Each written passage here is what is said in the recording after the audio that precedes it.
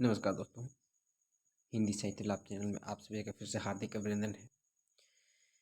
जैसे कि हम सबको पता है, इस चैनल के माध्यम से हम UGC net, JRF, TGT, PGT जैसे विभिन्न परीक्षाओं को दृष्टि में रखते हुए अध्ययन करते हैं और उसी को आगे बढ़ाते हुए आज हम पढ़ने वाले हैं कहानी जो यूनिट 7 में लगी हुई है।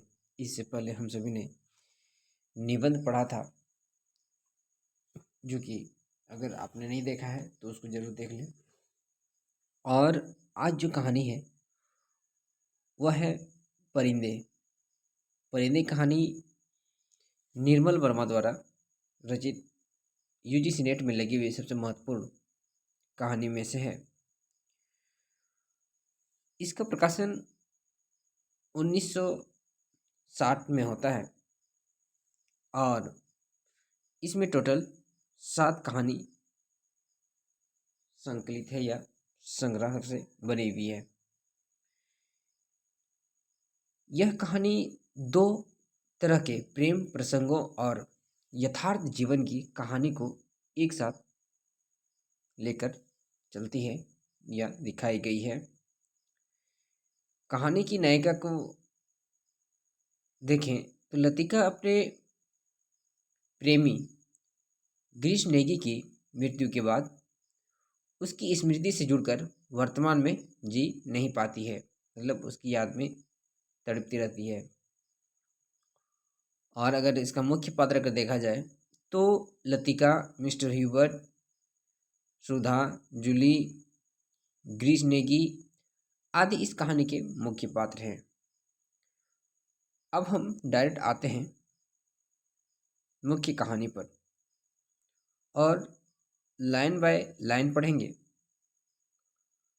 और उम्मीद करते हैं अगर आप इस चैनल पर नए हैं तो प्लीज़ लाइक, कमेंट, सब्सक्राइब जरूर कर दें।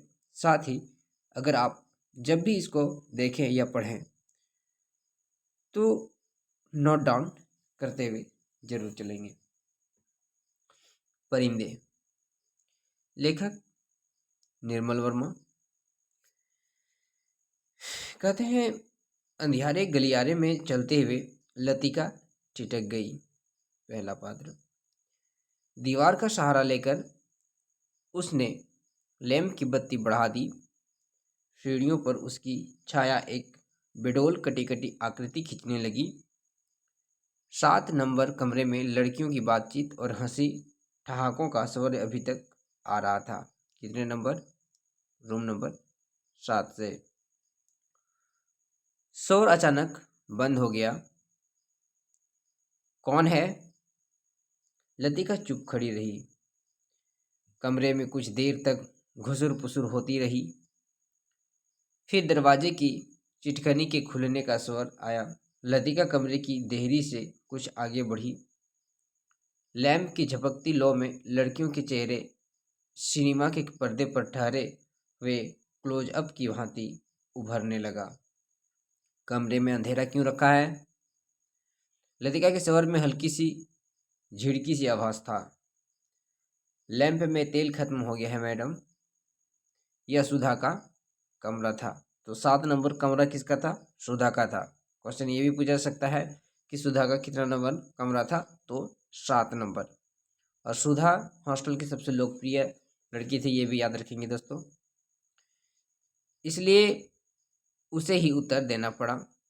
हॉस्टल में शायद वह सबसे अधिक लोकप्रिय थी, क्योंकि सदा छुट्टी के समय या रात को डिनर के बाद आसपास के कमरों में रहने वाली लड़कियों का जमघट उसी के कमरे में लग जाता था।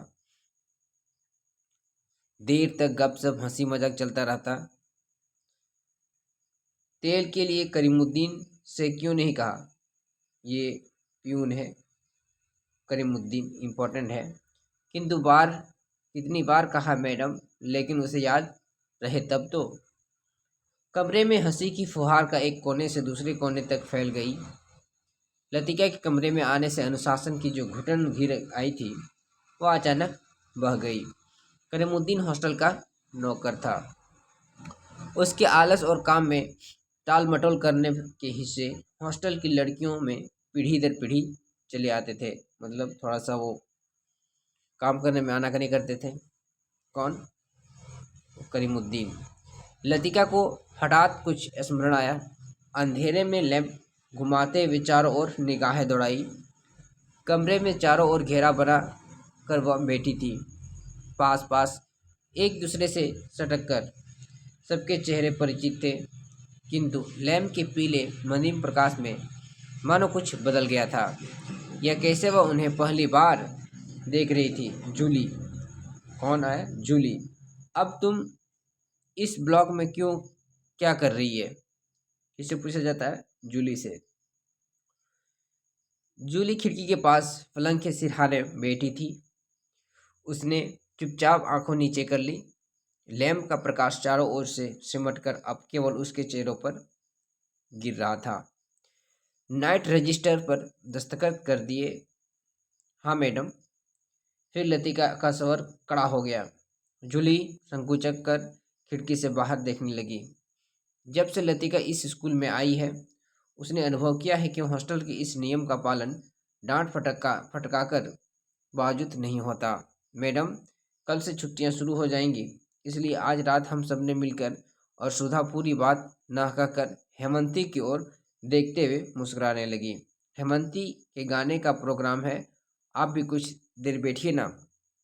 ये इम्पोर्टेंट पात्र हैं, क्योंकि आजकल गौण पात्र काफ़ी ज़्यादा पूछी जा रही है। हेमंती, क्या नाम है? हेमंती। लतिका को उलझन मालूम हुई। इस समय यहाँ आकर उसने मजे को किरकिरा कर दिया। मतलब जो लोग हंस रहा था, मजा लेना चाह रहा था, तो कहीं ना कहीं लतिका आई तो थोड़ा सा सीनियर है या फिर हॉस्टल के गार्डन है, उसका इज्जत करना या फिर उनका बात मानना जरूरी हो जाता है। इस छोटे से हिल स्टेशन पर रहते हुए उसे खासा अरसा हो गया, लेकिन कब समय पतझड़ गर्मियों का घेरा पार कर सर्दी की छुट्टियां गोद में सिमट जाता, उसे कभी याद नहीं रहता। चोरों की तरह चुपचाप वह देहरी से बाहर हो गई। उसके चेहरे का तनाव ढीला पड़ गया। वह मुस्कुराने लगी। मेरे संग स्नोफॉल देखने के लिए कोई नहीं ठहरेगा? मैडम, छुट्टियों में क्या आप घर नहीं जा रही है? सब लड़कियों की आंखों से उस पर जम गई। अभी कुछ पक्का नहीं है। आई लव द स्नोफॉल, ये भी इंपॉर्टेंट है। कौन कहता है? आई लव द स्नोफॉल, ये लतिका का कथन है, काफी इंपॉर्टेंट है। लतिका को लगा कि यही बात उसने पिछले साल भी कही थी, और शायद पिछले से पिछले साल भी। उसे लगा मानो लड़कियां उसे संदेह की दृष्टि से देख रही है, मानो उन्होंने उसकी बात पर विश्वास नहीं किया। उसका शीश चकराने लगा, मानो बादलों का स्याह झुरमुट किसी अनजाने कोने से उठकर उसने अपने में डुबा लेगा। वह थोड़ा सा हंसी, फिर धीरे से उसने सर को झटक दिया। जूली, तुमसे काम है। अपने ब्लॉग में जाने से पहले मुझसे मिल लेना। Well, good night. लतिका ने अपने पीछे दरवाजे बंद कर दिया, मतलब जाने से पहले जूली को मिलने के लिए कहा। Good night madam. Good night, good night, ये सब लड़कियां कही। गलियारे की सीढ़ियां ना उतरकर लतिका रेलिंग के सहारे खड़ी हो गई। लैंप की बत्ती को नीचे घुमाकर कोने में रख दिया। बाहर धुंध की नीली तहें बहुत घनी हो चली थी।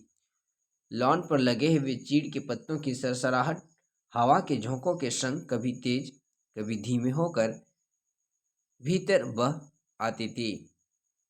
हवा में सर्दी का हल्का सा आभास पाकर लतिका के दिमाग में कल से शुरू होने वाले छुट्टियों का ध्यान भटक आया। उसने आंखें मूंद ली।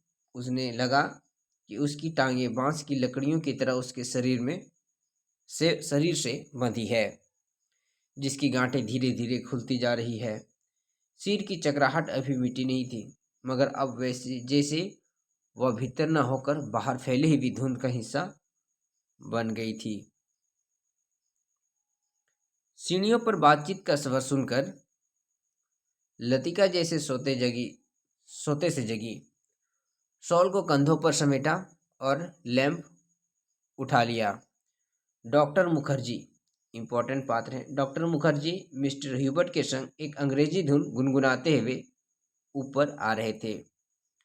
सीढ़ियों पर अंधेरा था और ह्यूबर्ट को बार बार अपनी छड़ी से रास्ता टटोलना पड़ता था। लतिका ने 2-4 सीढ़ियां उतरकर लैंप को नीचे झुका दिया। Good evening doctor. Good evening mister Hubert. Thank you miss Latika. ये आपस में बात कर रहे हैं। ह्यूबर्ट के स्वर में कृतज्ञता का भाव था।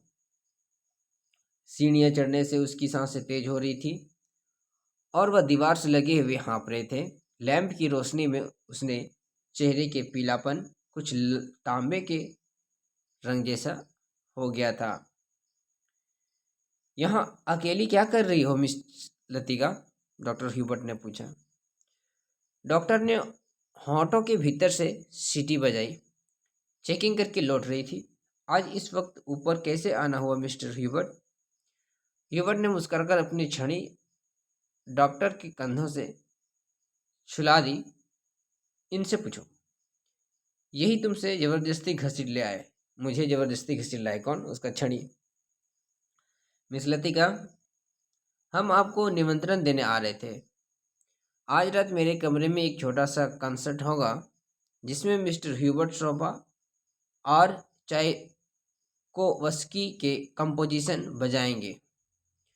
फिर क्रीम कॉफ़ी भी पी जाएगी और उसके बाद अगर समय रहा तो पिछले साल हमने जो गुनाह किए हैं उन्हें सब मिलकर कॉन्फ्रेंस करेंगे। ये भी पूछा जा सकता है कि ये चाइकोवस्की की कंपोजिशन किसके रूम में बजाया जाएगा। ठीक है।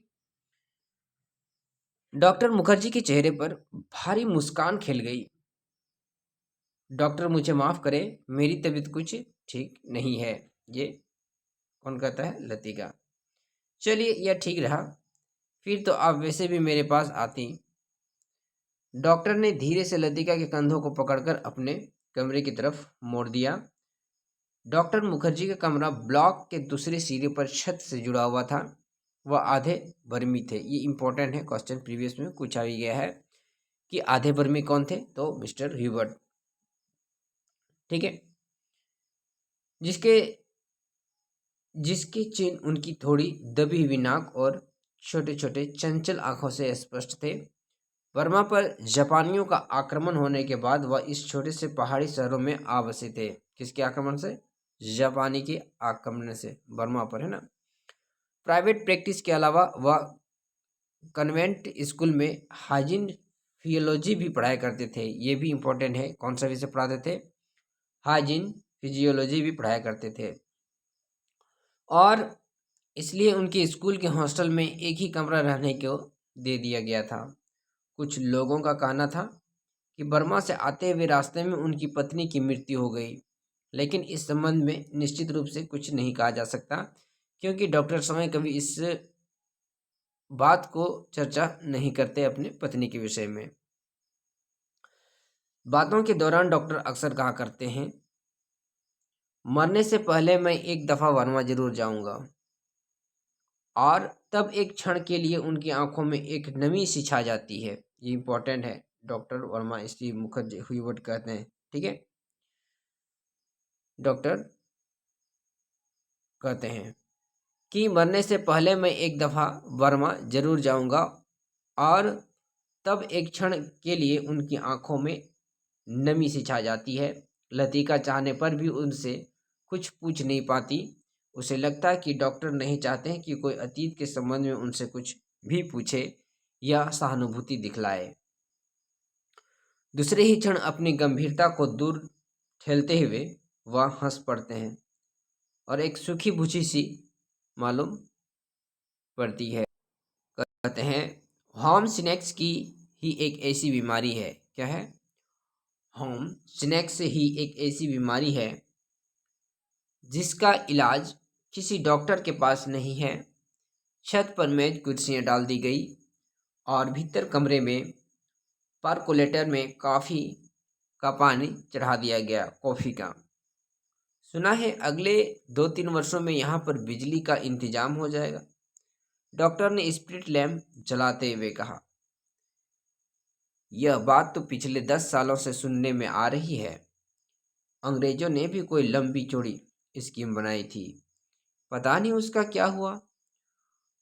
मिस्टर ह्यूबर्ट ने कहा। वह आराम कुर्सी पर लेटा हुआ बाहर लॉन की ओर देख रहा था। लतिका कमरे से 2 मोमबत्तियां ले आई। मेज के दोनों सिरों पर टिकाकर उन्होंने जला दिया। छत का अंधेरा मोमबत्ती की फीकी रोशनी के इर्द गिर्द सिमटने लगा। एक घनी तीव्रता चारों ओर घिरने लगा।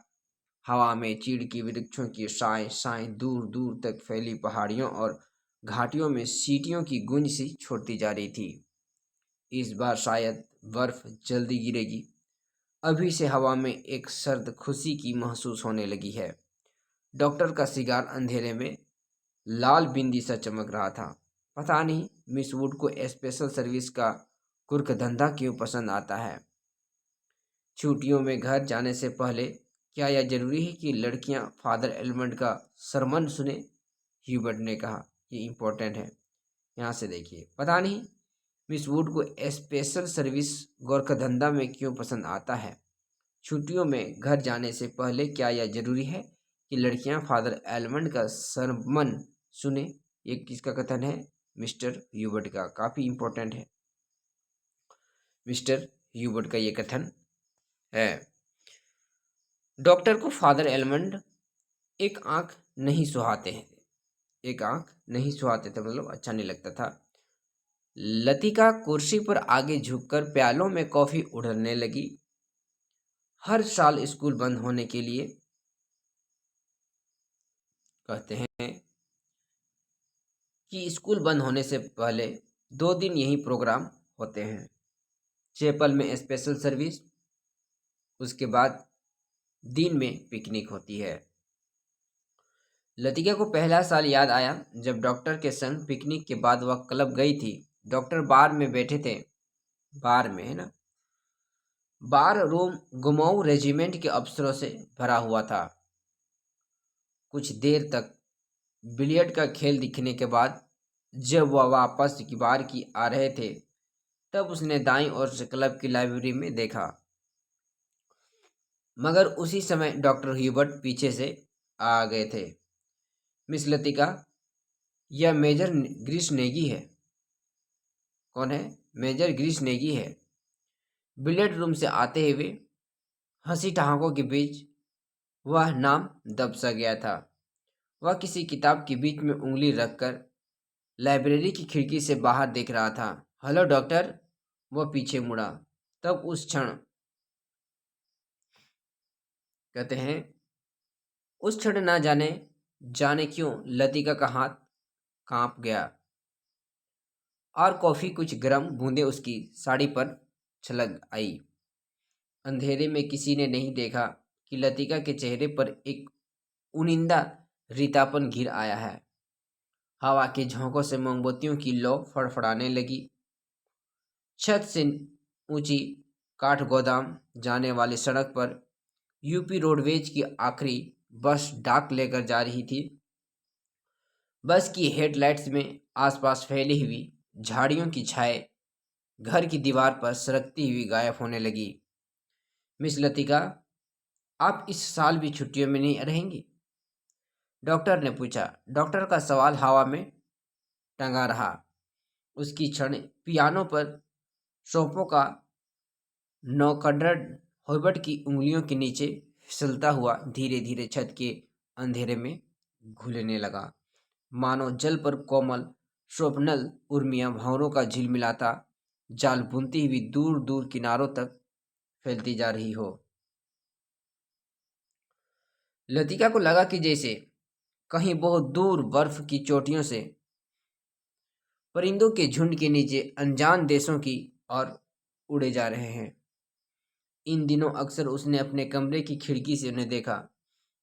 धागे में बंधे चमकीले लठुलों की तरह वे एक लंबी टेढ़ी मेढ़ी कतार में उड़ते जाते हैं। पहाड़ों की सुनसान निर्वरता में से परे उन विभिन्न शहरों की ओर जहां शायद कभी नहीं जाएगी। लतिका आर्म चेयर पर ऊँघने लगी, जहाँ बैठी थी। डॉक्टर मुखर्जी का सिगार अंधेरे में चुपचाप जल रहा था। डॉक्टर मुखर्जी का। डॉक्टर को आश्चर्य हुआ कि लतिका न जाने क्या सोच रही है। लतिका सोच रही थी क्या वह बूढ़ी होती जा रही है? उसने सामने स्कूल की प्रिंसिपल मिस वुड को का चेहरा घूम गया। पोपला मुंह, आंखों के नीचे झूलती हुई बांस की थैलियां, जरा जरा सी बात पर चिढ़ जाना, कर्कश आवाज में चीखना, सब उसे ओल्ड मैड कहकर पुकारते थे। काफी इंपॉर्टेंट है।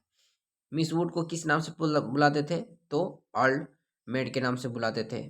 ठीक है, और ये सब बात कौन सोच रहा है? लतिका सोच रही है। लतिका के समूचे शरीर में झुरझुरी सी दौड़ गई, मानो अनजाने में उसने किसी गलीज वस्तु को छू लिया हो। उसे याद आया, कुछ महीने पहले अचानक उसने ह्यूबर्ट का प्रेम पत्र मिला था, भावुक याचना से भरा हुआ पत्र, जिसमें उसने न जाने क्या कुछ लिखा था, जो कभी उस समझ में नहीं आया। उसे ह्यूबर्ट की इस बचकाना हरकत पर हंसी आई थी, किंतु भीतर ही भीतर प्रसन्नता भी हुई थी। उसकी उम्र अभी बीती नहीं है, अब भी वे दूसरों को अपनी ओर आकर्षित कर सकती है। ये सोच रही है कौन? लतिका। ह्यूबर्ट का पत्र पढ़कर उसने क्रोध नहीं आया, आई थी केवल ममता।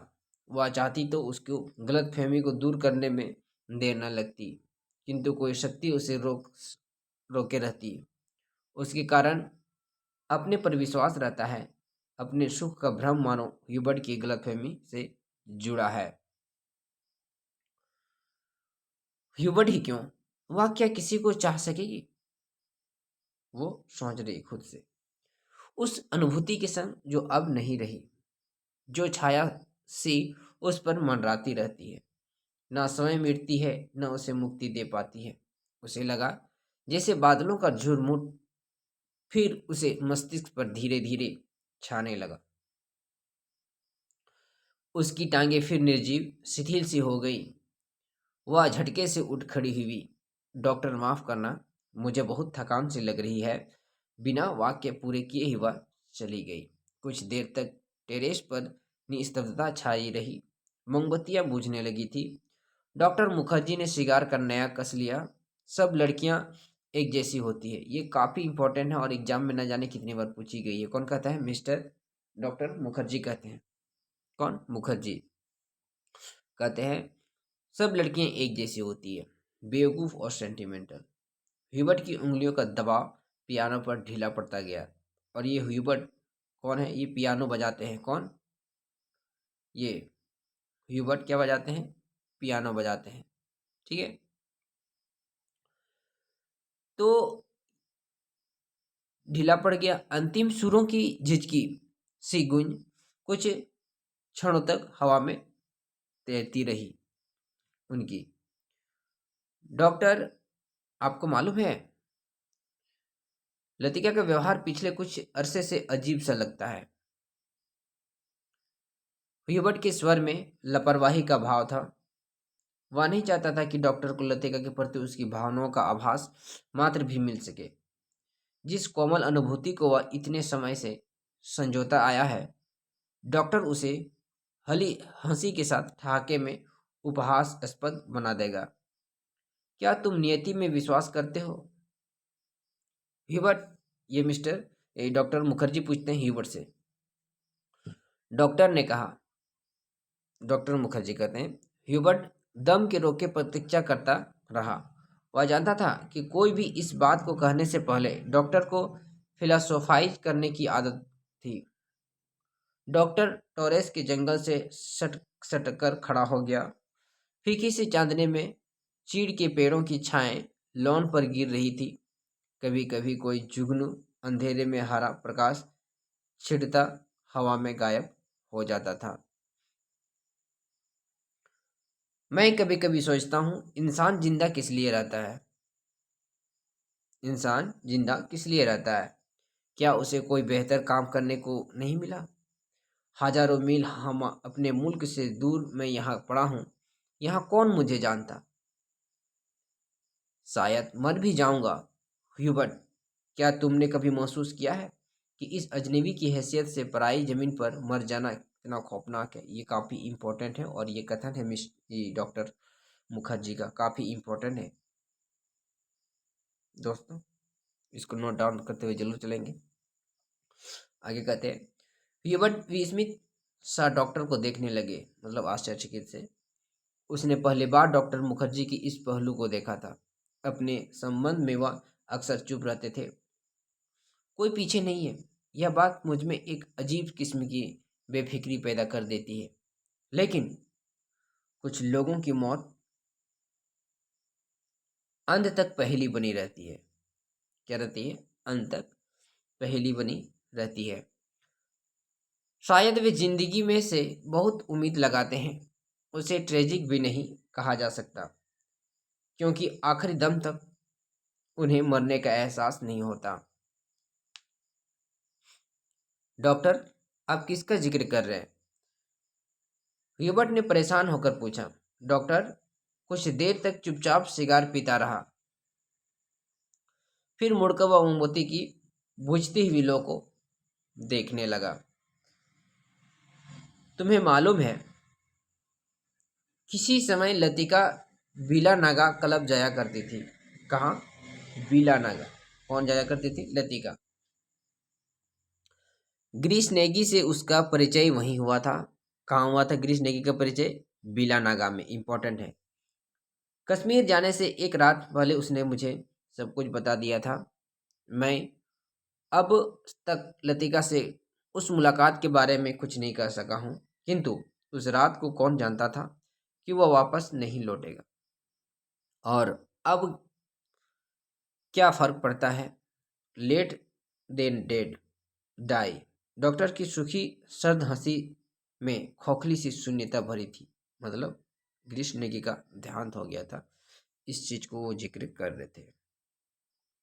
कौन? ग्रीष्म नेगी। कहते हैं कौन? ग्रीष्म नेगी कुमाऊं रेजिमेंट के में कैप्टन थे। काफी इंपॉर्टेंट है, पूछा जा सकता है। कहाँ थे? कुमाऊं रेजिमेंट में कैप्टन थे। डॉक्टर, क्या लतिका? ह्यूबर्ट से आगे कुछ नहीं कह सका। कहा गया। उसे याद आया वह पत्र जो उसने लतिका को भेजा था। कितना अर्थहीन और उपहासास्पद, जैसे उसका एक एक शब्द उसके दिल को कचोट रहा हो। उसने धीरे से पियानो पर सिर टिका लिया। कौन? Mister Hubert. लतिका ने उसे क्यों नहीं बताया? क्या वह इसके योग्य भी नहीं था? लतिका, वह तो बच्ची है, पागल है, मरने वाले के संग खुद थोड़ी देर के लिए मर जाता है। ये इम्पोर्टेंट है। ये कथन कौन कहता है? Mister Hubert. कुछ देर चुप रहकर डॉक्टर ने अपने प्रश्न को फिर दोहराया। लेकिन ह्यूबर्ट, क्या तुम नियति पर विश्वास करते हो? ये कथन किसका है? डॉक्टर मुखर्जी का। क्या तुम नियति पर विश्वास करते हो? हवा के हल्के झोंकों से मोमबत्ती एक बार प्रज्वलित होकर बुझ गई। ट्रेस पर ह्यूबर्ट और डॉक्टर अंधेरे में एक दूसरे को चेहरे देख नहीं पा रहे थे, फिर भी एक दूसरे की ओर देख रहे थे। कन्वेंट स्कूल से कुछ दूर मैदानों से बहते पहाड़ी नाले का स्वर आ रहा था। अब बहुत देर बाद कुमाऊं रेजिमेंट सेंटर की बिगुल सुनाई दिया तो ह्यूबर्ट हड़बड़ाकर खड़ा हो गया। अच्छा, चलता हूँ डॉक्टर, गुड नाइट। है ना, ये वहां से कहकर चले जाते हैं। इधर से डॉक्टर मुखर्जी भी कहते हैं गुड नाइट ह्यूबर्ट, मुझे माफ करना है, मैं शिकार खत्म करके उठूंगा। सुबह बदली छाई थी। लतिका की खिड़की खोलते ही धुंध का गुब्बारा सा भीतर घुस आया, जिसे रात भर दीवार के सहारे सर्दी में ठिठुरता हुआ वह भीतर आने की प्रतीक्षा कर रहा हो। सुबह से ऊपर ऊपर से स्कूल से ऊपर चैपल जाने वाली सड़क बादलों में छिप गई थी। केवल चैपल का क्रॉस धुंध के पर्दे पर एक दूसरे को काटते हुए पेंसिल की रेखाओं का दिखाई दे जाता था। लतिका ने खिड़की से आंखें हटाई तो देखा करीमुद्दीन चाय की ट्रे लिए खड़ा है। कौन? करीमुद्दीन। करीमुद्दीन मिलिट्री में अर्दली रह चुका था, इसलिए ट्रे मेज पर रखकर अटेंशन की मुद्रा में खड़ा हो गया। लतिका झटक के उठ गई। ये इंपॉर्टेंट है कि करीमुद्दीन इससे पहले क्या काम करता था? तो मिलिट्री में अर्दली रह चुका था। ठीक है, ये इंपॉर्टेंट है हमारे एग्जाम की दृष्टि से। लतिका झटके से उठ बैठी। सुबह से अलार्म करके कितनी बार जागकर वह सो चुकी है। अपनी खिसियाहट मिटाने के लिए लतिका ने कहा, बड़ी सर्दी है, आज बिस्तर छोड़ने को जी नहीं चाहता। आजी मैम साहब, अभी क्या सर्दी आई है, बड़े दिनों में देखना कैसे दांत कटकटाते हैं, ये करीमुद्दीन कहते हैं। और करीमुद्दीन अपने हाथों को बगलों में डालते हुए इस तरह सिकुड़ गए जैसे उन दिनों की कल्पना मात्र से ही उसे जड़ा लगने शुरू हो गया हो। गांजे सिर पर दोनों तरफ के उसके बाल खिजाब लगने से कतई रंग के भूरे हो गए थे। बात चाहे किसी विषय पर हो रही हो, वह हमेशा खींचतान कर उसे ऐसे क्षेत्र में घसीट लाता था जहां बेझिझक अपने विचारों को प्रकट कर सके। एक दफा तो यह लगातार इतनी बर्फ गिर रही थी कि भुआली से लेकर डाक बंगले तक सारी सड़कें जाम हो गई थी। इतने बर्फ थी, मैम साहब की पेड़ों की टहनियां उत तक सिकुड़कर तनों में लिपट गई थी। ये सब बता रहे कौन? वही करीमुद्दीन लतिका को बता रहा है। बिल्कुल ऐसे। और करीमुद्दीन नीचे झुककर मुर्गा सा खड़ा बन गया। कब की बात है? लतिका ने पूछा। अब यह तो जोड़ हिसाब करके ही पता चलेगा मैम साहब, लेकिन इतना याद है कि उस वक्त अंग्रेजी बहादुर यही थे। कंटो कंटोनमेंट की इमारत पर कौमी झंडा नहीं लगा था। कौमी झंडा, ये भी दृष्टि में रखने योग्य है। बड़े जबर थे अंग्रेज, 2 घंटों में ही सारी सड़कें साफ करवा दी। उन दिनों एक सीटी बजाते ही 50 घोड़े वाले जमा हो जाते थे। अब तो सारे सेट खाली पड़े थे। वे लोग अपनी खिदमत भी करवाना जानते थे। अब तो सब उजाड़ हो गया। करीमुद्दीन उदास भाव से बाहर देखने लगा। कैसे उदास भाव से बाहर देखने लगा? कहते हैं, आज यह पहला बार नहीं है लतिका करीमुद्दीन से उन दिनों की बात सुन रही है जब अंग्रेज बहादुर ने इस स्थान को स्वर्ग बना रखा था। मतलब बहुत पुरानी पुरानी बात, जब वो रेजिमेंट थे। अब छुट्टियों में इस साल भी यही रहेगी मैम साहब। दिखता तो कुछ ऐसा ही है करीमुद्दीन। तुम्हें फिर तंग होना पड़ेगा। क्या कहती है मैम साहब?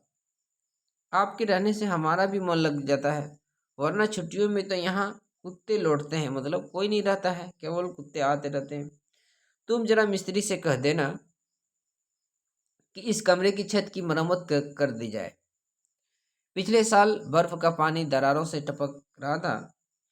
लतिका को याद आया कि पिछले सर्दियों में जब कभी बर्फ गिरती थी तो उसे पानी से बचने के लिए रात भर कमरे के कोने में सिमट कर सोना पड़ता था। करीमुद्दीन चाय की ट्रे उठाता हुआ बोला, ह्यूबर्ट साहब तो शायद कल ही चले जाएं। कल रात उसकी तबीयत खराब हो गई है। आधी रात के वक्त मुझे जगाने आए थे। कि रात को जगाने के लिए आए थे कौन? मिस्टर ह्यूबर्ट करीमुद्दीन को। कहते हैं, छाती में तकलीफ है, उन्हें यह मौसम रास नहीं आता। कह रहे थे कि लड़कियों की बस में वह भी कल ही चले जाएंगे। करीमुद्दीन दरवाजा बंद करके चला जाता है। लतिका की इच्छा हुई कि ह्यूबर्ट के कमरे में जाकर उनकी तबीयत की पूछताछ कर आए, किंतु फिर न जाने क्यों स्लीपर पैरों में टंगे रहे और वह खिड़की के बाहर बादलों को उड़ता हुआ देखती रही। मतलब चप्पल पहनकर वो अंदर बाहर नहीं निकली। ह्यूबर्ट का चेहरा जब उसे देखकर सा दयनीय हो जाता, तब लगता वह अपनी मुख निरीह याचना में कोस रहा है। न उसकी गलतफहमी को दूर करने का प्रयत्न कर पाती है और न उसे व्यवस्था की सफाई देने का साहस होता है। उसे लगता है कि इस जाले से बाहर निकलने के लिए वह धागे के जिस सिरे को पकड़ती है वह खुद एक गांठ बनकर रह जाता है। बाहर बूंदाबूंदी होने लगी थी। कमरे की टीन की छत खट खट करने लगी थी, या मतलब आवाज करना शुरू करने लगा था। लतिका पलंग से उठ खड़ी हुई, बिस्तर को थकाकर बिछाया, फिर पैरों में स्लीपरों में घसीटते हुए वह बड़े आईने तक आई और उसने सामने स्टूल पर बैठकर बालों को खोलने लगी, किंतु कुछ देर तक कंघी बालों में ही उलझी रही। वह गुमसुम हो शीशे में अपना चेहरा ताकती रही। करीमुद्दीन को यह कहना याद नहीं रहा कि धीरे धीरे आग जलाने की लकड़ियां जमा कर लें। इन दिनों सस्ते दामों पर सूखी लकड़ियां मिल जाती है। पिछले साल तो कमरा धुएं से भर जाता था, जिसके कारण कपकपाते जाड़ों में भी उसे खिड़की खोलकर सोना पड़ता था। आईने में लतिका ने अपना चेहरा देखा। वह मुस्कुरा रही थी।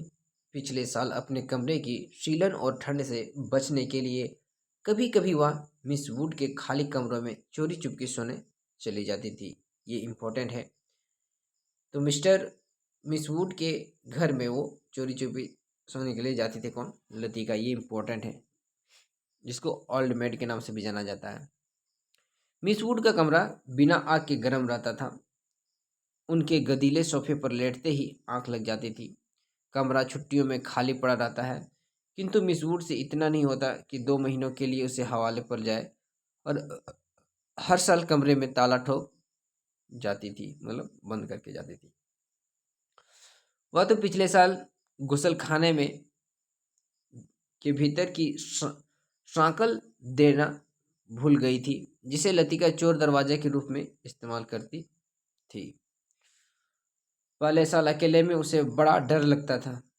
छुट्टियों में सारे स्कूल और हॉस्टल के कमरों में साए साए करने लगती हवा।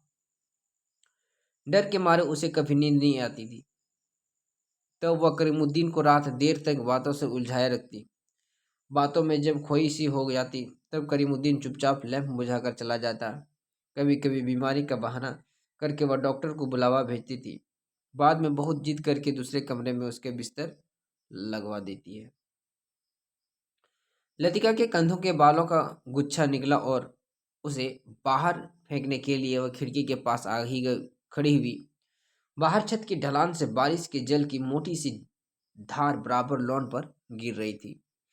मेघ मेघाच्छन्न आकाश में सरकते हुए बादलों के पीछे पहाड़ियों के झुंड कभी उभर आते थे। मतलब ये सब पिछले सालों को याद करते हैं। कभी पीछे छिप जाते, मानो चलती हुई ट्रेन से कोई उन्हें देख रहा हो। लतिका ने खिड़की से सिर बाहर निकाल लिया। हवा के झोंक से उसकी आंखों छिप गई। उसे जितने काम याद आते हैं, वो उतना ही आलस घना होता जाता है। बस की सीटें रिजर्व करवाने के लिए चपरासी को रुपये देने हैं, जो सामान हॉस्टल की लड़कियों के पीछे छोड़ जाती रही है। उन्हें गोदाम में रखवाना होगा। कभी कभी तो छोटी क्लास की लड़कियों के साथ पैकिंग करवाने के काम में भी उसे हाथ बटाना पड़ता है, मतलब जो मदद करती है। वह इन कामों से उबती नहीं है, मतलब अच्छा लगता है उसको। किसको? लतिका को। धीरे धीरे सब निपटते जाते हैं। कोई गलती इधर उधर रह जाती है, सो बाद में सुधर जाती है। हर काम में किचकिच रहती है, परेशानी और दिक्कत होती है, किंतु देर सवेर उसे छुटकारा मिल जाती ही है। किंतु जब लड़कियों की आखिरी बस चली जाती है, तब मन उचाट सा हो जाता है। खाली कॉरिडोर में घुरती हुई वे कभी इस कमरे में जाती, कभी उस कमरे में। वह नहीं जान पाती कि उसे क्या करें। दिल कहीं भी नहीं टिक पाता, हमेशा भटका भटका सा रहता है। इस सब के बावजूद जब कोई सहज भाव में पूछता है, मिस लतिका, छुट्टियों में आप घर नहीं जा रही? तब वह क्या कहें? Ding dong ding. Special service के लिए स्कूल चैपल के घंटे बजने लगे लगे थे। लतिका ने अपना सिर खिड़की के भीतर कर लिया। उसे झटपट साड़ी उतारी और पेटीकोट में कंधे पर तौलिया डाले गुसल खाने में घुस गई। Left right left, left right left. कंटोमेंटल जाने वाले पक्की सड़क पर चार चार की पंक्ति कुमाऊं रेजिमेंट के सिपाहियों की एक टुकड़ी मार्च कर रही थी, मतलब केरल कर रहे थे। फौजी बूटों की भारी खुरदरी आवाजें स्कूल चैपल की दीवारों पर टकराकर भीतर प्रेयर हॉल में गूंज रही थी। प्रार्थना करने वाला रूम में गूंज रही थी। ब्लेसेड आर दी मीक, कहता है, blessed are the meek. Father Elmund एक बार शब्द चबाते हुए कहते हैं, खखारते हुए स्वर में,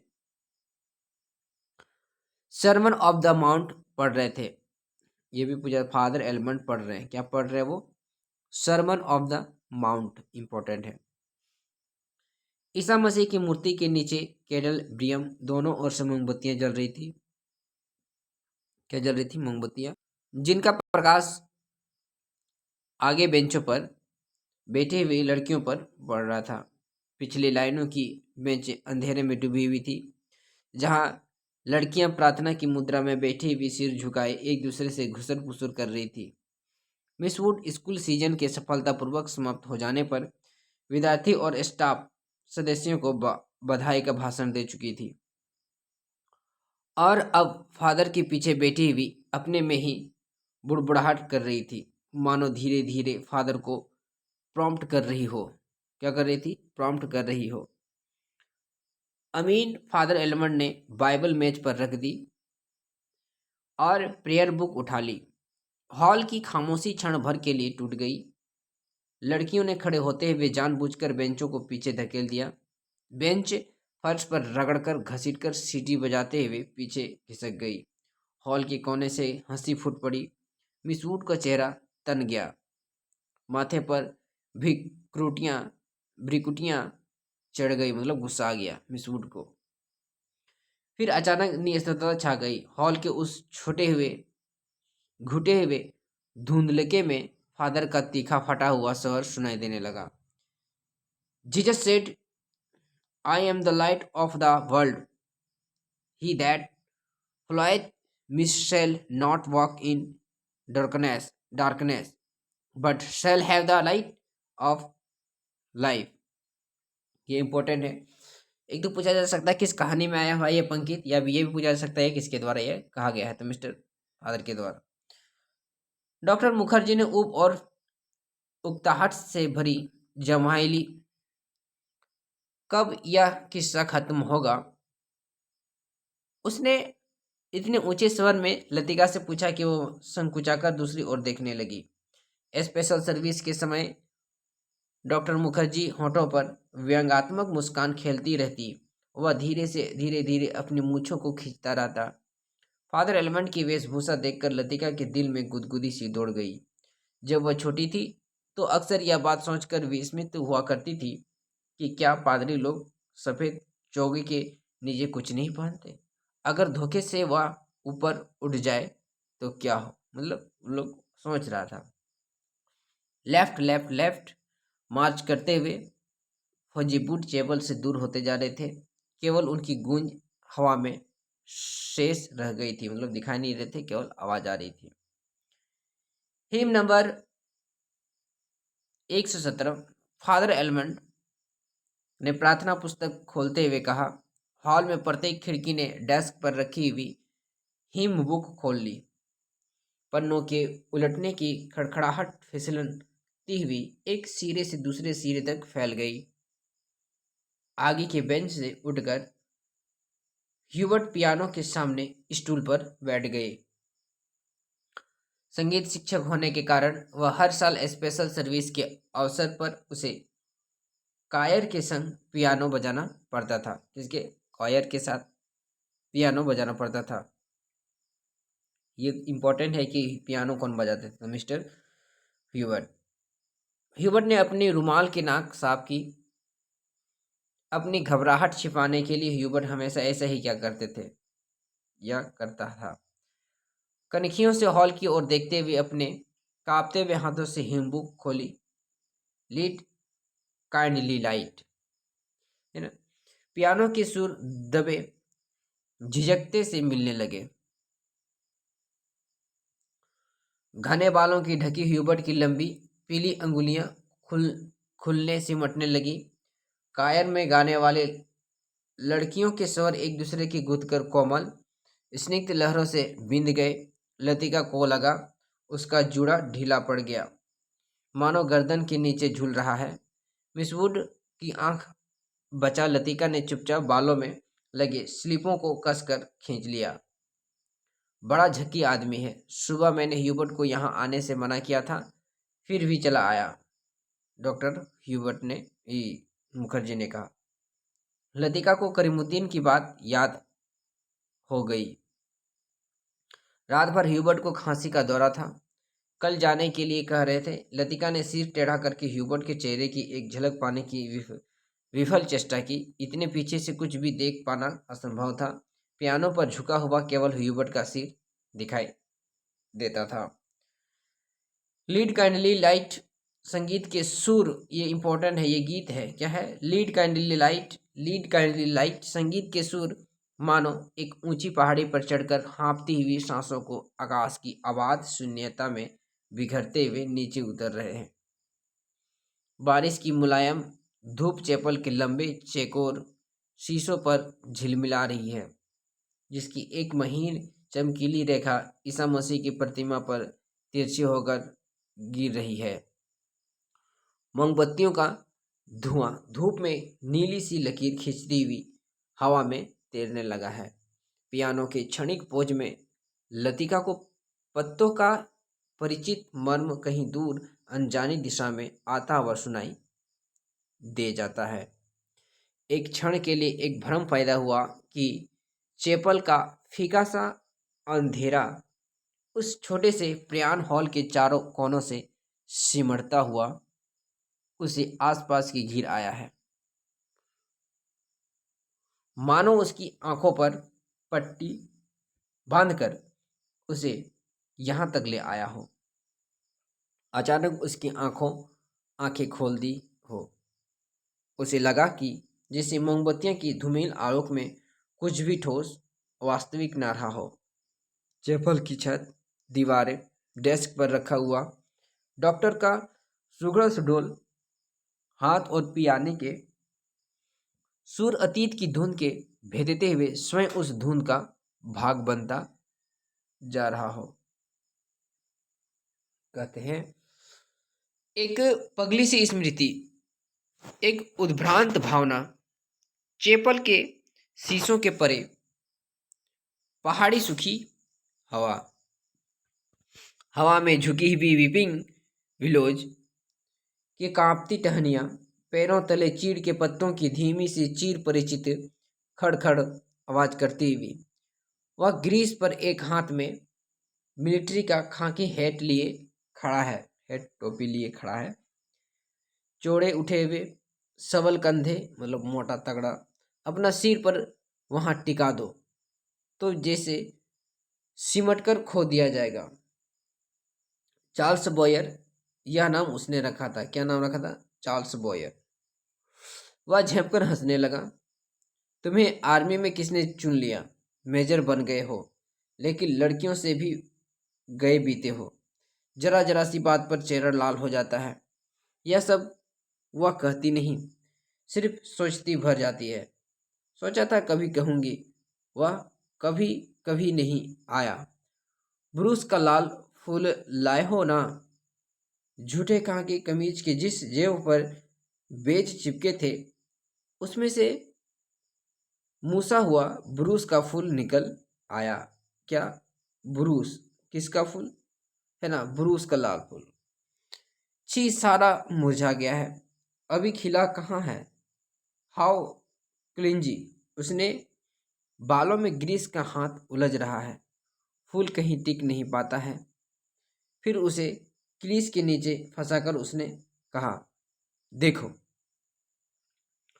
वह मुड़ी और इससे पहले कि वह कुछ कह पाती, ग्रीस ने अपना मिलिट्री का हेड धूप धप से उसके सिर पर रख दिया। मतलब ये हमको प्रीवियस में ये सब बातें हो रही है जो उन्होंने बिताया था। कौन? लतिका और ग्रीस ने की। वह मंत्रमुग्ध सी वैसी ही खड़ी रही। उसके सिर पर ग्रीस का हेड है, माथे पर छोटी सी बिंदी है, बिंदी पर उड़ते हुए बाल हैं। ग्रीस ने उस बिंदी को अपने होठों से छुआ हुआ है। उसने उसके नंगे सिर को अपने दोनों हाथों में समेट लिया है। लतिका। ग्रीस ने चिढ़ाते हुए कहा, man eater of Kumaon. Man eater, उसका यह नाम ग्रीस ने उसके चिढ़ाने के लिए रखा था। ग्रीस ने चिढ़ाते हुए कहा, मैन ईटर ऑफ कुमाऊं। कौन? Man eater of Kumaon. वह हंसने लगी। लतिका, सुनो, ग्रीस का स्वर कैसा हो गया था। ना मैं कुछ भी नहीं सुन रही। लतिका, मैं कुछ महीनों में वापस लौट आऊंगा। ना मैं कुछ भी नहीं सुन रही, मतलब वो बोल रही है हम नहीं सुन रहे, हम नहीं सुन रहे हैं, किंतु वह सुन रही है। वह नहीं जो ग्रीस कह रहा है, किंतु वह जो नहीं कह रहा है, जो उसके बाद कभी नहीं कह पाएगा। Lead kindly light, lead kindly light, ये गाना उसने बोल रहा था। लड़कियों का स्वर पियानो के स्वरों से डूबा हुआ गिर रहा है, उठ रहा है। ह्यूबर्ट ने सिर मोड़कर लतिका को निमिष भर देखा। आंखें मूंदे ध्यानमग्न प्रस्तर मूर्ति के वह स्थिर निश्चित खड़ी थी। क्या वह भाव उसके लिए है? क्या लतिका ने ऐसे क्षणों में उसे अपना साथी बनाया है? ह्यूबर्ट ने एक गहरी सांस ली और उसे सांस में ढेर सी थकान उमड़ आई है। देखो, मिस वुड कुर्सी पर बैठे बैठे सो रही है। डॉक्टर होठों में फुसफुसाया। यह डॉक्टर का पुराना मजाक था कि मिस वुड प्रार्थना करने के बहाने आंखें मूंदे नीचे नींद की झपकियां लेती है। फादर एलमंड ने कुर्सी पर फैले अपने गाउन को समेट लिया है और प्रेयर बुक बंद करके मिस वुड के कानों में कुछ कहा। पियानो का स्वर क्रमशः मंद पड़ने लगा। ह्यूबर्ट की अंगुलियां ढीली पड़ने लगी। सर्विस के समाप्त होने से पूर्व मिस वुड ने ऑर्डर पढ़कर सुनाया। बारिश होने की आशंका से आज के कार्यक्रम में कुछ आवश्यक परिवर्तन करने पड़े थे।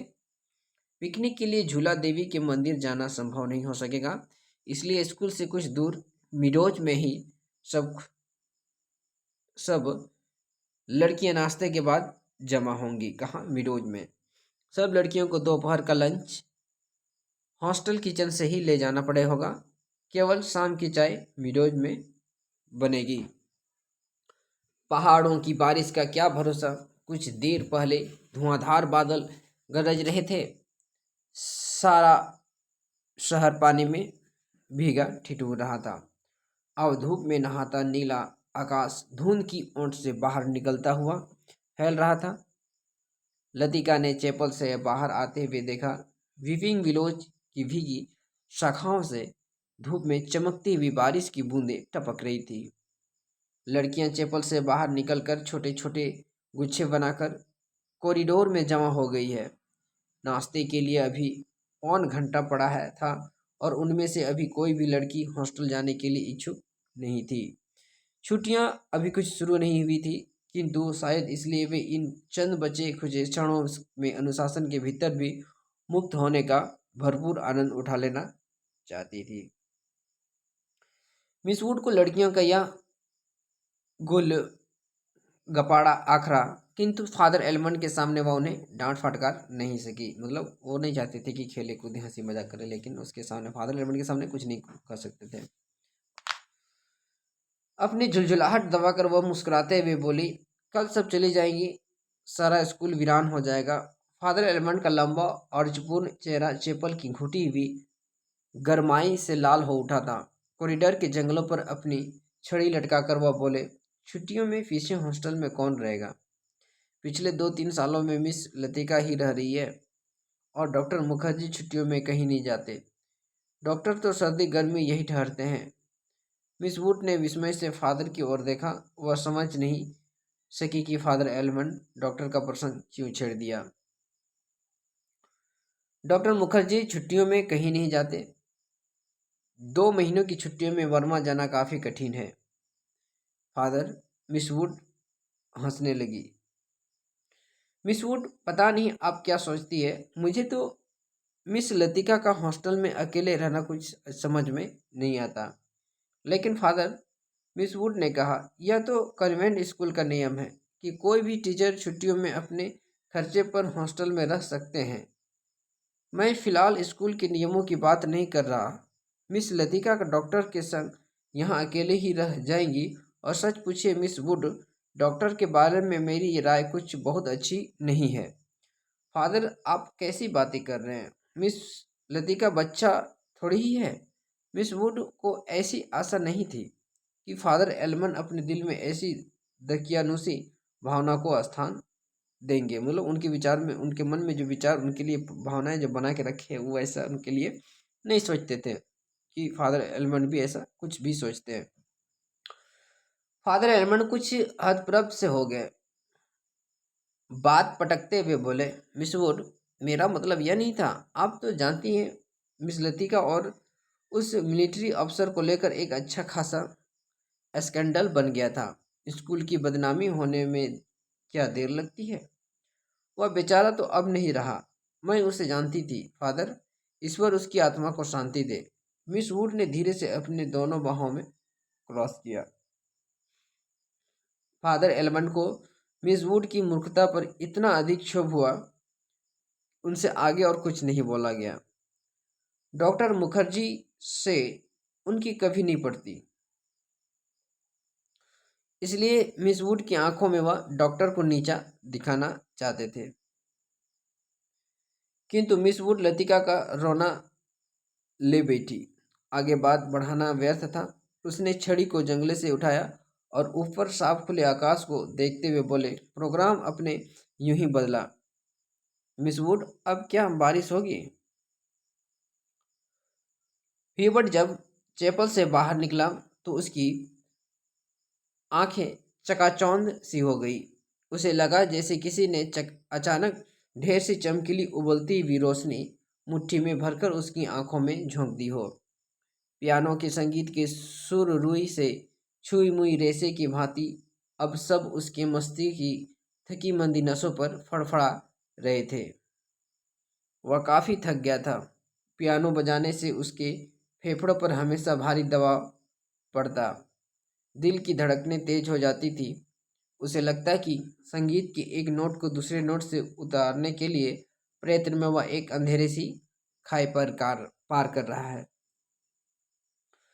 आज चैपल में मैंने महसूस किया वह कितना रहस्यमय, कितना विचित्र था। ह्यूबर्ट ने सोचा। मुझे लगा पियानो का हर नोट चिरंतन खामोशी की अंधेरे में खो से निकलकर बाहर फैली नीली धुंध को काटता, तरसाता, वह एक भुला सा अर्थ खींच लाता। गिरता हुआ हर पोज एक छोटी सी मौत है, मानो घने छायादार वृक्षों की कांपती हुई छायाओं में कोई पगडंडी गुम हो गई हो। उस बर्फ का वर्णन किया जा रहा है, एक छोटी सी मौत का जो आने वाला सुरों की अपनी बची खुची गूंजों की सांसें समेट पर कर दी जाती है, जो मर जाती है किंतु मिट नहीं पाती। मिटती नहीं इसलिए मरकर भी जीवित है, दूसरे सुरों की लय हो जाती है। डॉक्टर क्या ऐसे ही आती है? पूछ रहा है। अगर मैं डॉक्टर से पूछूं तो वह हंसकर टाल देगा। मुझे लगता है वह पिछले कुछ दिनों से कोई बात छिपा रहा है। उसकी हंसी में जो सहानुभूति का भाव होता है वह मुझे अच्छा नहीं लगता। आज उसे मुझे स्पेशल सर्विस में आने से रोका था। कारण पूछने पर वह चुप रहता था। कौन सी ऐसी बात है जिसे मुझसे कहने में डॉक्टर कतराता है? शायद मैं सस्की मिजाज होता जा रहा हूँ। और बात कुछ भी नहीं। ह्यूबर्ट ने देखा कि लड़कियों की कतार स्कूल से हॉस्टल जाने वाली सड़क पर नीचे उतरती जा रही है। उजली धूप में उनकी रंग बिरंगे रिबन, हल्की आसमानी रंग की क्रॉस काके, सफ़ेद और पेटियां चमक रही है। सीनियर कैब्रिज की कुछ लड़कियां ने चेपल की वाटिका के गुलाब के फूलों को तोड़कर अपने बालों में लगा लिया है। कंडोमेंटल के 3-4 सिपाही लड़कियों को देखते हुए अश्लील मजाक करते हुए हंस रहे हैं। कभी कभी किसी लड़की की ओर जरा झुककर सीटी बजाने लगते। Hello mister Hubert. Mister Hubert ने चेक कर पीछे देखा। लतिका एक मोटा सा रजिस्टर बगल में दबाए हुए खड़ी थी। आप अभी यहीं हैं? ह्यूबर्ट की दृष्टि लतिका पर टिकी रही। वह क्रीम रंग की पूरी बाहों की ऊनी जैकेट पहनी हुई थी। कुमाऊनी लड़कियों की तरह लतिका का चेहरा गोल था। स्कूल की तपन से पक्का घेवन रंग की, कहीं कहीं हल्का सा गुलाबी हो आया था, मानो बहुत धोने पर भी गुलाल के कुछ धब्बे इधर उधर बिखरे रह गए हो। उन लड़कियों के नाम नोट करने थे जो कल जा रही है, सो पीछे रुकना पड़ा। अब भी तो कल जा रहे हैं मिस्टर ह्यूबर्ट। अभी तक तो यही इरादा है, यहाँ रुककर भी क्या करूँगा। आप स्कूल की ओर जा रही हैं, चलिए। पक्की सड़क पर लड़कियों की भीड़ जमी थी, इसलिए वे दोनों पोलो ग्राउंड का चक्कर काटते हुए पगडंडी के नीचे उतरने लगे। हवा तेज हो चली। चीड़ के पत्ते पर हर झोंके के संग टूट टूट कर पगडंडी पर ढेर लगाते जाते थे। ह्यूबर्ट रास्ता बनाने के लिए अपनी छड़ी से फुहाकर दोनों ओर से बिखेर देता था। लतिका पीछे खड़ी हुई देखती जा रही थी। अल्मोड़ा की ओर से आते हुए छोटे छोटे बादलें रेशमी रुमालों से उड़ते हुए सूरज के मुंह पर लिपटे से जाते थे, फिर हवा में वह बह निकलते थे। इस खेल में धूप कभी मन फीकी सी पड़ जाती, कभी अपना उजला आंचल खोलकर समूचे शहर को और अपने को समेट लेती थी। लतिका तनिक आगे निकल गई। ह्यूबर्ट की सांस चढ़ गई थी। वह धीरे धीरे हाँफता हुआ पीछे से आ रहा था। जब वे पोलो ग्राउंड के पेवेलियन को छोड़कर मिलिट्री की दाईं ओर से मुड़े तो लतिका ह्यूबर्ट की प्रतीक्षा करने के लिए खड़ी हो गई। उसे याद आया कि छुट्टियों के दिनों में जब वह कभी कमरे में अकेले बैठे बैठे उसका मन उब जाता था, तब वह अक्सर टटोलते हुए सिमेट्री तक चली जाती थी। उससे सटी पहाड़ी पर चढ़कर वह बर्फ में ढके देवदार वृक्षों को देखा करती थी, जिनकी झुकी हुई शाखों से रुई के गोलों से बर्फ नीचे गिर रहा था। नीचे बाजार जाने वाली सड़क पर बच्चे स्लेज पर फिसला करते थे। वह खड़ी खड़ी बर्फों में छिपी हुई उस सड़क का अनुमान लगाया करते थे, जो फादर एडमंड के लिए गुजरती हुई मिलिट्री के अस्पताल और डाकघर से होकर चर्च की सीढ़ियों तक जाकर गुम हो जाती थी। जो मनोरंजन एक दुर्गम पहेली को सुलझाने में होती है, वह लतिका को बर्फ में खोए रास्तों में खोज निकलने के लिए होता था। कहते हैं कि आप बहुत तेज चलते हैं। क्या कहते हैं? आप बहुत तेज चलते हैं। मिस लतिका, थकान से ह्यूबर्ट का चेहरा कुम्हला गया था। माथे पर पसीने की बूंदें झलक आई थी। कल रात आपकी तबीयत क्या क्या हुआ हो गई थी? आपने कैसे जाना? मैं अस्वस्थ दिख रहा हूँ। ह्यूबर्ट के स्वर में हल्की सी खींच का आभास था। सब लोग मेरी सेहत को लेकर क्यों बात शुरू कर देते हैं? उसने सोचा। नहीं, मुझे तो पता नहीं चलता। वह सुबह करीमुद्दीन की बातों से ही मुझे जिक्र हो छिड़ा था। लतिका कुछ अप्रतिभ सी हो गई। कोई का खास बात नहीं, वही पुराना दर्द शुरू हो गया था। अब बिल्कुल ठीक है। अपने थकान की पुष्टि के लिए ह्यूबर्ट छाती सीधे करके तेज कदम बढ़ने लगा। डॉक्टर मुखर्जी को दिखलाया गया था। वह सुबह आए थे। उसकी बात कुछ समझ में नहीं आती। हमेशा दो बातें एक दूसरे से को उल्टे कर कहते हैं। कहते थे कि इस बार मुझे 6-7 महीने की छुट्टी लेकर आराम करना चाहिए, लेकिन अगर मैं ठीक हूँ तो भला इसलिए क्या जरूरत है? मिस्टर ह्यूबर्ट के स्वर में व्यथा की छाया लतिका से छिपी न रह सकी। बात को टालते हुए उसने कहा, आप तो नाहक चिंता करते हैं मिस्टर ह्यूबर्ट। आजकल मौसम बदल रहा है। अच्छे भले आदमी तक बीमार हो जाते हैं। ह्यूबर्ट का चेहरा प्रसन्नता से दमकने लगा। उसने लतिका को ध्यान से देखा। वह अपने दिल का संयम मिटाने के लिए निश्चिंत हो जाना चाहता था। कहीं लतिका से उसे केवल दिलासा देने के लिए तो झूठ नहीं बोल रही। यही तो मैं सोच रहा हूँ था। मिस लतिका, ह्यूबर्ट की सलाह सुनकर मैं डर से गई। भला वह 6 महीने की छुट्टी लेकर मैं अकेला क्या करूँगा? स्कूल में तो बच्चों के संग मत मन लगा रहता है। सच पूछो तो दिल्ली में ये 2 महीने छुट्टियां काटना भी दूभर हो जाता है, मतलब उसके लिए दिक्कत हो जाता है। मिस्टर ह्यूबर्ट, कल आप दिल्ली जा रहे हैं? लतिका चलते चलते हठात छिटक गई। सामने पोलो ग्राउंड फैला था,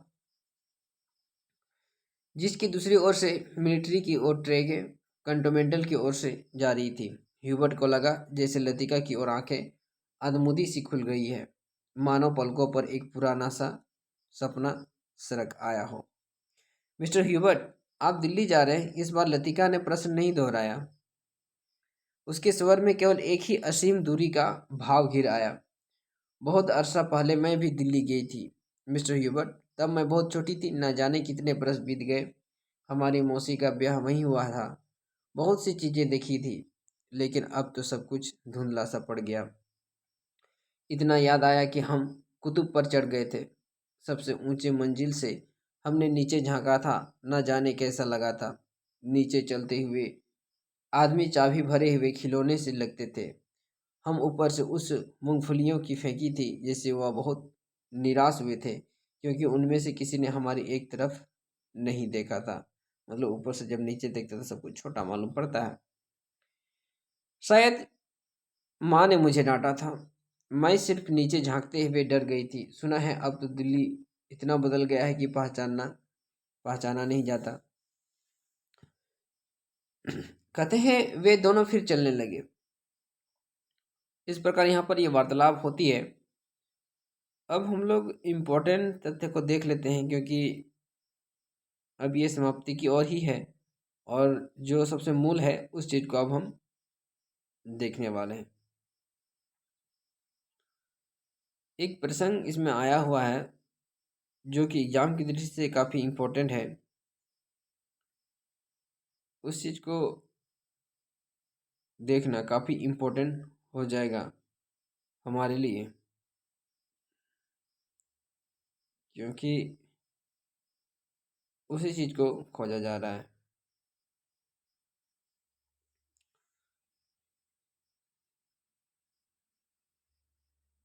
उम्मीद करते हैं दोस्तों ये आप सभी पढ़ लेंगे और वो जो इम्पोर्टेंट एक लाइन है कहीं, उस चीज़ को भी आप जरूर मिल जाएगा।